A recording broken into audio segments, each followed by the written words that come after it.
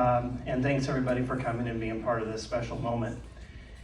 I wanted to start 35 years ago. I want you to tell us how you got your first job in the business and where that might have been. Okay, so I was 17 years old, got done playing Columbia River golf team, and one of the members casually mentioned they might be looking for some help. And he said it, and I don't know if you guys have ever had this moment when you hear something, it's a little bit louder than other things you hear, like when you're a kid and your mom says, hey, if you behave well, you get some ice cream, and you go, whoa. And I just kind of had this thought, like, oh, and it just kept gnawing at me, and I go, I gotta do something about it. So I came out here, and the pro said, oh, sorry, we're not hiring anybody yet. Come back in 2 weeks, a couple weeks. So I looked at my date, and I was like, okay, I'm gonna get here. And 2 weeks later, I go in, and they go, okay, sign the paperwork over. And I go, well, am I getting hired? He goes, well, yeah, you're the only one that came back. So it was a very high standard to be able to work here. And so I got to meet Bobby Litton, who made this golf course happen, and had a lot of great times here. And fast forward, I was one of the young men and young women up there that got their PGA membership. I got it here.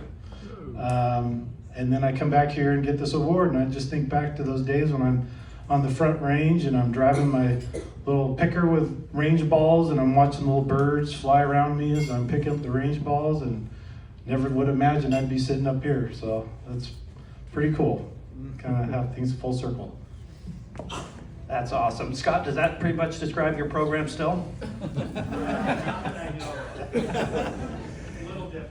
A little different now, yeah. So he was in the bag room here, went through his PGA program here at Royal Oaks, and now here we are 35 years later celebrating this fantastic award. You wear many hats with us at Tualatin Country Club as a PGA professional. He oversees all of our tournament operations. He's a mentor to all the young people on the staff. Why don't you tell us about the recent assignment given to you by the board president and our board of directors after that wonderful presentation you put together last spring? So we actually have a nice solid contingent of Tualatin members here, and David Rabner and Susie Wagner were, had I not known about this, they were very involved in the history of the club, and I had some questions. I said, you know, I looked in the history of the club, there isn't much here, and I'm like, okay, I need to find some stuff out, and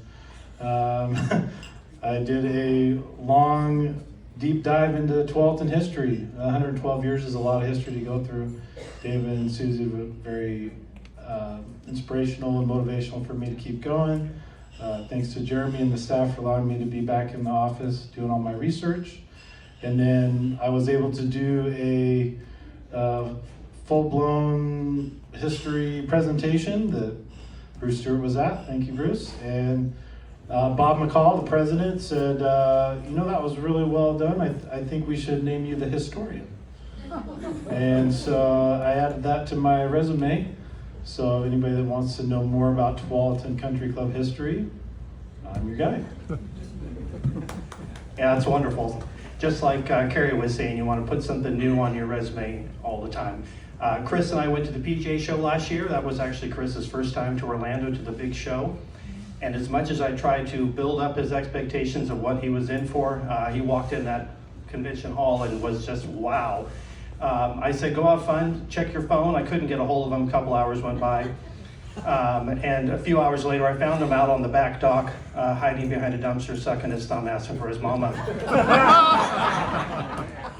We've had some great adventures. We went down to Callaway headquarters as Callaway staff professionals. For those of you who know Callaway, you know Nick.